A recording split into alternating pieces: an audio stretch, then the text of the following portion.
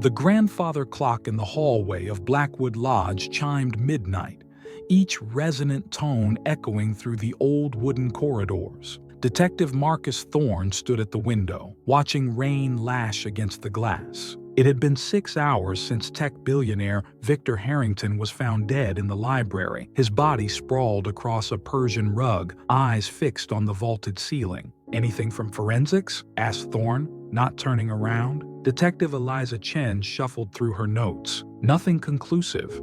No obvious cause of death, no signs of struggle. Toxicology will take days." "And yet," Thorne said, finally facing her, "everyone in this house is terrified. It wasn't just a case of a man dying unexpectedly. It was the whispers." The 7 remaining guests at Harrington's annual retreat all claimed to have heard them in the hours before his death. Whispers that seemed to come from the walls themselves, speaking of sins and secrets, of vengeance long overdue. "Do you believe in ghosts, Chen?"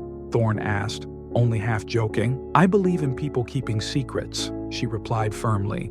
"And this house is full of them." The library where Harrington died remained sealed off. Thorne gathered the 7 guests in the grand dining room, where a fire crackled in the massive stone fireplace. Outside, the storm intensified, cutting off the already remote lodge from the outside world. "I need each of you to account for your whereabouts between 5 p.m. and 6:30 p.m., Thorne announced, studying their faces. Miranda Harrington, the victim's widow, clutched her glass of whiskey. "I was in my room, resting before dinner." "Alone?" Chen asked. "Obviously," Miranda replied, her voice brittle. James Eastwick, Harrington's business partner, cleared his throat. "I was on a conference call in my room.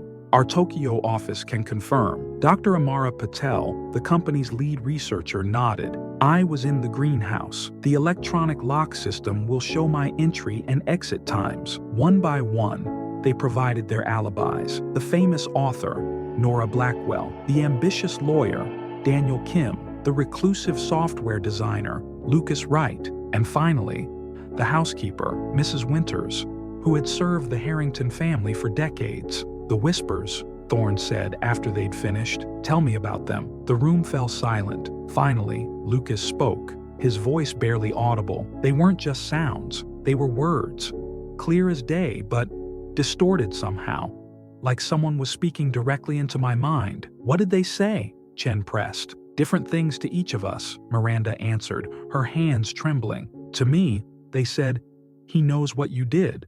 After midnight, Thorne and Chen examined the library. State-of-the-art security and no signs of forced entry. Only those present in the house could have accessed the room. "The ME found microscopic puncture marks on Harrington's neck," Chen said. "Nearly invisible. Could be a needle injection." "Our killer is meticulous," Thorne mused. "But what about these whispers? Mass hallucination? Or something else?" Chen pointed to a small vent near the baseboard. "This old place has been renovated multiple times. The original speaking tube system is still buried in the walls." Thorne raised an eyebrow. "Someone could use that to project voices throughout the house? With the right equipment?" "Yes," Chen confirmed. "But why?" "To create fear," Thorne said. "To watch them all squirm before delivering the killing blow." By morning, the storm had intensified. Thorne found Mrs. Winters in the kitchen, preparing breakfast with mechanical precision. "You've been with the family a long time," he said, accepting the coffee she offered. 37 years, she replied without looking up. "Then you would know if Victor Harrington had enemies." Mrs. Winters finally met his gaze. "Mr. Harrington built his fortune by stepping on others. There was the lawsuit with Mr. Eastwick 10 years ago. Dr. Patel's brother who committed suicide after claiming Mr. Harrington stole his research. Ms. Blackwell, whose memoir was suppressed because it contained unflattering details about the Harringtons. And Mr. Kim and Mr. Wright? Mr. Kim handled many of the family's delicate legal matters. And Mr. Wright, he was Victor's protege before they had a falling out last year." Thorne frowned. "You're saying everyone here had a motive?" Mrs. Winters returned to slicing fruit. "I'm saying, detective, that Mr. Harrington collected people's secrets like others collect art. It gave him power. At noon, the power failed. Backup generators kicked in, but the internet and phone lines remained dead." Thorne found Chen in Harrington's office, examining the computer system. "Look at this," she said, pointing to a sophisticated audio setup. "This connects to speakers throughout the house, hidden in the old ventilation system. So Harrington was behind the whispers? Seems so. But there's more." She pulled up a file. "He was blackmailing them all." Each guest received a personalized invitation containing thinly veiled threats about their secrets. "So they all had reason to want him dead," Thorne concluded.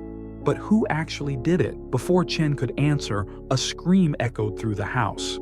They found Nora Blackwell collapsed in the conservatory, a small puncture wound on her neck, identical to Harrington's. "She's alive," Chen said, checking her pulse. "But barely." They moved her to a sofa. Minutes later, her eyes fluttered open. "The whispers," she mumbled. "They're back." Thorne leaned closer. "What are they saying?" 2 down, 6 to go. Thorne gathered everyone in the dining room again, positioning officers at each exit. "Ms. Blackwell was poisoned, just like Mr. Harrington," he announced. "Fortunately, she received a smaller dose and will recover. But the killer is clearly not finished." "This is insane," Eastwick sputtered. "We need to leave immediately. The roads are flooded," Chen replied. "No one's going anywhere." Miranda stood suddenly. "You think one of us is behind this?" "I know one of you is," Thorne said flatly. "Victor Harrington was using the old speaking tubes to torment you all with your secrets. Someone decided to silence him permanently." "And Nora? Why attack her?" Dr. Patel asked. "Because she knew something," Chen suggested. "Something that made her a threat." The room fell into uneasy silence, broken only by the sound of rain hammering against the windows. Night fell again. Thorne stationed officers throughout the house while he and Chen went through Harrington's files. The victim had meticulously documented each guest's vulnerabilities. Miranda, suspected of having an affair with her husband's rival, Eastwick, embezzlement covered up a decade ago. Dr. Patel, falsified research data. Kim, helped bury evidence in a hit-and-run case. Wright, sold company secrets to competitors. Mrs. Winters knew about all of it and was paid handsomely for her silence. A crash from downstairs interrupted them. They found Daniel Kim sprawled at the bottom of the grand staircase, his neck broken. No puncture marks this time. Just the appearance of a tragic accident. "This doesn't fit the pattern," Chen said. "Unless the killer is adapting," Thorne replied. "They know we're looking for needle marks now." As they spoke, the lights flickered, and the whispers began again. Soft at first, then growing louder. "Time is running out," the voice hissed from the walls. "The truth cannot stay buried." Thorne called everyone to the library, where it all began. As they entered, he noticed Mrs. Winters hanging back, her expression unreadable. "3 people are dead," he said bluntly, "and it all connects to secrets that Victor Harrington knew. We all had reasons to hate him," Miranda admitted. "He was cruel and manipulative. But who among us is a killer?" Dr. Patel asked, looking around nervously. "That's what we're about to find out," Chen said. She placed a small device on the table. This was hidden in Nora Blackwell's room. It's a voice modulator, connected to the speaking tube system. "So she was behind the whispers?" Eastwick asked. "No," Thorne said. "She discovered them. That's why she became the second target." "Then who?" Wright began. Thorne raised his hand for silence. "The whispers were originally Victor's idea, his way of tormenting you before revealing what he knew. But after his death, someone else took over the system. Someone who knew how it worked," Chen added. "Someone who had access to every room in the house." All eyes turned to Mrs. Winters, who remained by the door. "It wasn't me," she said calmly, "though I can't say I mourned his death." "No," Thorne agreed. "It wasn't you. It was Dr. Amara Patel." The room fell silent as Dr. Patel's expression hardened. "That's absurd, is it?" Thorne asked. "Your brother didn't just claim Harrington stole his research. He had proof that Harrington destroyed after driving your brother to suicide." "You can't prove anything," Dr. Patel said, her voice steady. "Actually, we can," Chen replied. "The poison used on Harrington and Nora comes from a rare plant species, one that's growing in the greenhouse where you claimed to be during Harrington's murder." "And Daniel Kim?" Wright asked. "He was helping her," Thorne explained, "until he got cold feet and threatened to confess." That's when she arranged his accident. Dr. Patel's face remained impassive. My brother was brilliant. Victor destroyed him, stole everything, then had the audacity to hire me, thinking I didn't know. Her voice grew soft. The whispers were his idea. I just improved upon it. Why target Nora? Miranda asked. She was writing a book about it all. About Victor.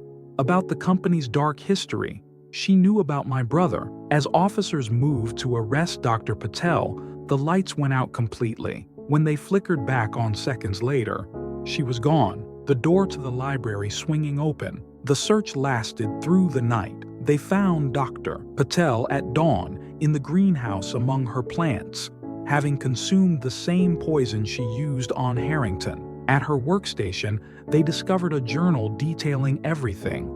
Victor's theft of her brother's research, the years of planning her revenge, and her recruitment of Daniel Kim to help access Harrington's audio system. She couldn't live with what she'd done, Chen suggested as they watched the coroner take away the body. Or she couldn't face the consequences, Thorne countered. As the storm finally began to clear, the survivors prepared to leave Blackwood Lodge. Thorne watched them from the window, each carrying their own secrets back into the world. Just before departing, Nora Blackwell approached him. The whispers, she said quietly. They weren't just in the house. What do you mean? They're in the recordings I made, interviews with former employees, business rivals, family members. Everyone had a story about Victor Harrington. Everyone heard whispers of what he really was. And what was that?